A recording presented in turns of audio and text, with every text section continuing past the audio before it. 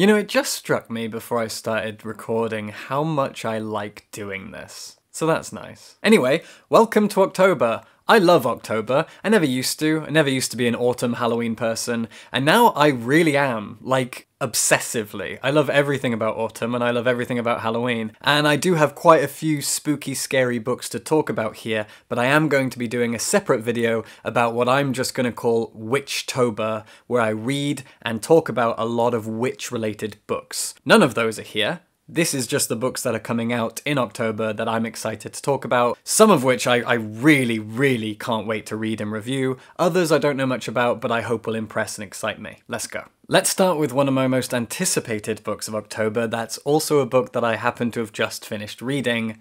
Lemon. Lemon is by Kwon Yos-sun, who is a Korean author that I've never read before, and I'm pretty sure this is her first book available in English, correct me if I'm wrong, but it's translated by Janet Hong. I've read a bunch of stuff translated by Janet Hong. She's done short story collections, Korean comics. She's fantastic as a translator, and I'm so glad she did this, and she did a stellar job with it. I'm going to do a full review. That'll probably be my next video, so I won't talk too much about this now, but suffice to say that this is a book about a crime. It's about a teenage girl who was murdered, and there were two suspects, two boys, one rich, one poor, and neither of them were convicted. And this very slender, 150-ish page novel traces the lives of the people who are left behind after the girl dies, including one of the murder suspects and the murder victim's younger sister. She's kind of our protagonist. I won't tell you anymore because a full review is coming, but Lemon is really good. It was hotly anticipated by me and many other people, and it really is a fantastic Korean novel. Next is this, Deep Wheel Orcadia. This is by Harry Josephine Giles, Dr. Harry Josephine Giles. She is a transgender, non-binary Scottish writer, poet, public speaker, all sorts of things. She's really cool. And here she has written this strange piece of science fiction poetry. I'm gonna have to read from the blurb to try and suss it out. Deep Wheel Orcadia is a magical first, a science fiction verse novel written in the Orkney dialect.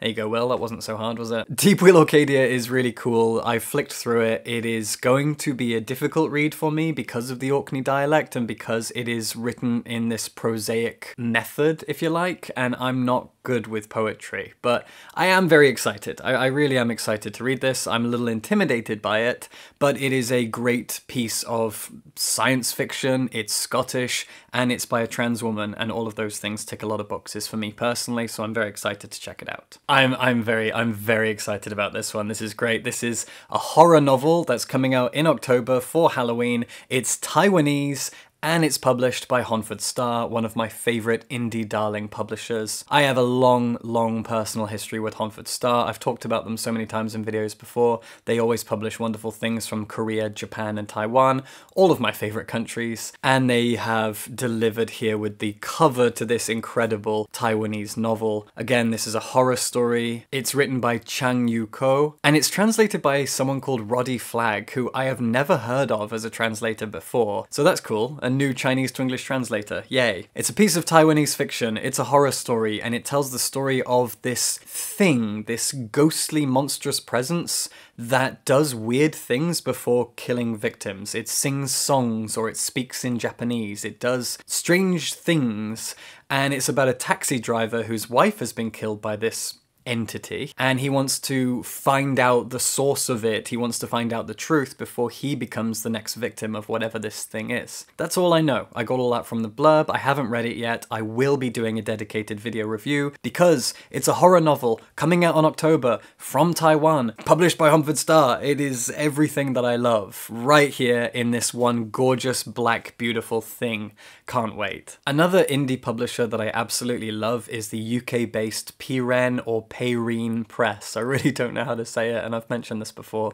They're a great publisher who focus exclusively on mainland European literature translated into English, and this is their newest book, Winter Flowers. This is a French novel, and it's set at the end of World War I in 1918, about a French soldier who comes home to his wife and his family, but he is coming not from the front line, but from a facial reconstruction hospital, which is all we know about him. the fact that he has come from this place and he's returning to his family. And so I guess it's going to be a family drama, probably about PTSD, recovery, returning to normal life. I'm assuming all of these things, but it makes sense to assume these things. We'll find out. I'm really excited by this. I love books about war that tackle the evils and the dehumanizing aspects of war, so I'm going to try and review this, and I will definitely at least be reading it.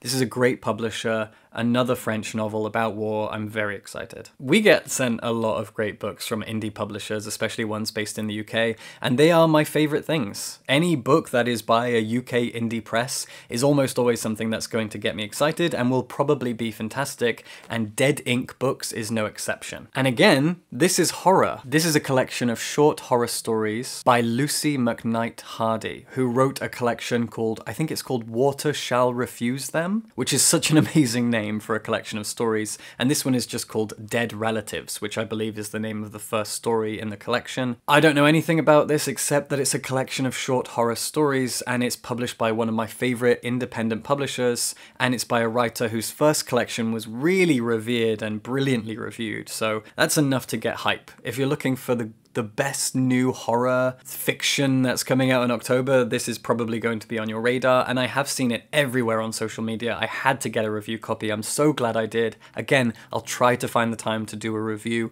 We'll see. Okay, while I'm doing this thing where I recommend and big up small UK indie presses, let's go with Cypher Press. Cypher Press is a publisher of specifically queer stories, mostly British, and this one is Tell Me I'm Worthless. And again, it's horror. This is a horror story. It is by a trans woman, and it's published by Cypher Press. Those three things should make you want to go out and pre-order this immediately. Tell Me I'm Worthless is a haunted house story with the concept of transgenderism at its heart. That's it. That's all I know. I haven't read it yet. This is not the finished cover, by the way. I don't think this is a review copy, but people who've read this already and found the time to read this ahead have gone nuts over it. I've seen a lot of people on Twitter really just spill their guts about how clever and beautiful this is. People are putting it at the top of their best of 2021 lists already, and that's a good sign. I really can't wait to read Tell Me I'm Worthless. I really, really can't. Can I keep doing this? Yes, I can. Yes, I can. Charco Press. Charco Press is one of my favorite publishers, indie or not. I live for the books of Charco Press, and they have a new one out in October called The Rooftop. This is by Fernanda Trias, whom I have never read before. This is a brand new author for me, but it's not a brand new translator. This is translated by Annie McDermott, who is one of my favorite Spanish to English translators. And The Rooftop is really slender, it's really tiny, as a lot of Charco Press books are. It's got a really gorgeous cover, and it's about a woman who has barricaded herself in her apartment along with her aging father and her baby daughter, and she has told them, and she seems to also believe, that everything outside of their apartment, the entire world, is out to get them. That they are victims or potential victims, and that the world outside is dangerous. The blurb asks the question, is she protecting her family, or is she holding them hostage? Oh, this sounds fun. I have no idea how a story like this could end, and I really can't wait to read it. I'm glad that it's short. Once again, I'll try to review it, we'll see, but Charco Press put out some of my favorite books. If you've been watching my channel for a long time, you'll know I love Latin American fiction, and once again, I can't wait. It gets to a point where I'm like, how do I keep sounding enthusiastic without sounding fake? Which is a thing that I think only I worry about, because in the comments I always get lovely, lovely people saying, I love your enthusiasm and your honesty and blah blah blah, and it really is honest enthusiasm, but I'm aware over and over of the fact that I'm saying, I can't wait for this, I'm excited for this. And I am! I really am so excited, but it's like, do I sound fake? It's just a me problem. Anyway, next book.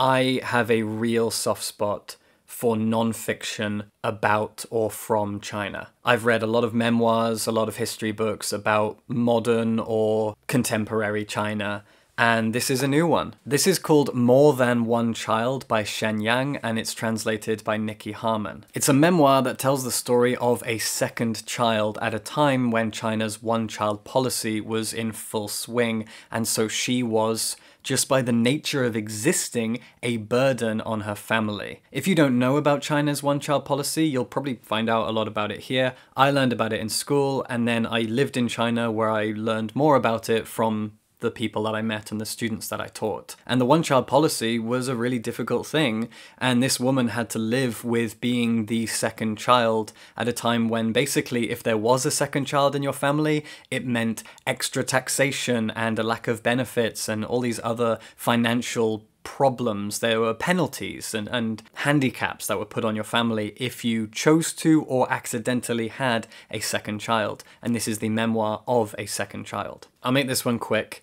This is a book from Comma Press. I love Comma Press. They're another great indie press from the UK, and they put out a lot of works in translation from all around the world. They have this Reading the City series, where they take a bunch of writers who are all based in one usually capital city, and I said usually really weird then, didn't I? Capital cities from around the world. They've done the Book of Cairo, the Book of Tokyo, the Book of Tehran, the Book of Shanghai. And I've read and reviewed a bunch of these, and I really love what they do, and this is the Book of Reykjavik. It's a collection of small, short stories from Reykjavik authors, all translated into English, and they're all writing stories about or set in their city. Their covers are always stunning. I don't know who does them, but they're brilliant. And there's usually a collection of 5 to 10 different authors in these collections. The Reading the City series is really valuable. If you want to learn more about a city, you need to check out its authors in translation, and Comma Press puts all of that in one place for you in this collection of books. So check out the Book of Reykjavik. I think it's already out, and I really want to do a video and an article dedicated to Icelandic authors and literature specifically, so I'll start with this. Monkey Man! Okay, Red Circle Minis are another really great little publisher that are based partly in the UK, partly in Japan. Snowy! Shush! No, I'm making a thing. Snowy! Ignore her. Hello. Come here, come here. So, Red Circle Minis, I've reviewed a bunch of their stuff, and throat. They're great. They put out tiny little pamphlet-like Japanese short stories and novellas and stuff. And this is another one. This is by Takaji Ichikawa. It's translated by someone. Lisa Lilly and Daniel Lilly. Oh, they met in Kyoto when they were studying Japanese language and literature.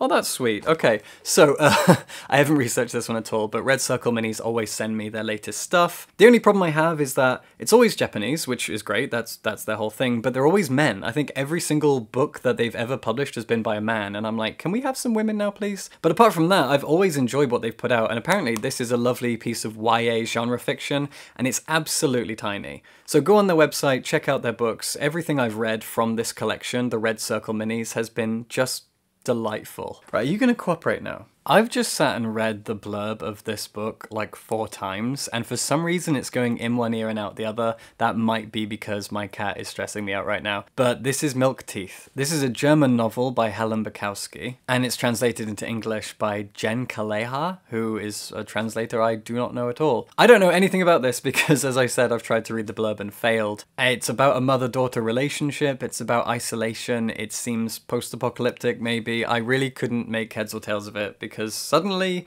I am stressed. Thank you, Snowy. Anyway, we got sent this out of the blue by, I think, Unnamed Press, and they sent it all the way from the US, so thank you very much. Google it, I'm doing a terrible job at this. Unnamed Press also sent us this, Cairo Circles by Doma Mahmood. And this sounds really good. This is about a Muslim guy who's living a very hedonistic life in New York City, but then his cousin gets embroiled in some sort of terror activity, and so our protagonist is brought in for questioning, and his life starts to spiral downwards because of that. This is obviously going to be a really interesting book about the relationship between the US and the Middle East, religious tensions and political tensions, and I won't speculate anymore, I haven't read it yet. But this is 2 really cool Unnamed Press books, and I'm really grateful that they sent us these, even though I couldn't make heads or tails of Milk Teeth, and it'll probably end up being my favourite book ever or something because of that, because I've made such a shit job of it. Anyway, they both sound great. I'm going to end with this really quickly, the Song of Youth. I'm pretty sure Fundestad Stumper Press sent us this last month, and I just forgot about it, and I'm really sorry to them for that, because Stumper Press are, again, a really cool publisher who put out great Spanish to English works, and I am not giving them enough attention and the focus that they deserve, and I really have to apologize for that. You need to check out what Stumper Press is putting out. They're really cool, and I really appreciate them. They are growing slowly as an indie publisher, and I need you to check out some of their books, go on their website, do some shopping, and support them, even though I'm doing a terrible job of it myself. My cat has really stressed me out today. Maybe I'm just having a weird one, so let's stop it there. I hope you're excited for a bunch of these books. I really am. Lemon really is great. Tell Me I'm Worthless, Dead Relatives, the new Charco Press, the Rooftop, this, Whisper, oh my god. I really am excited for this one in particular. Taiwanese, Latin American, Korean, Japanese, German. There's a lot of good stuff going on here, and a bunch of books by trans writers. Yay, yay for me, yay for us. Subscribe for books.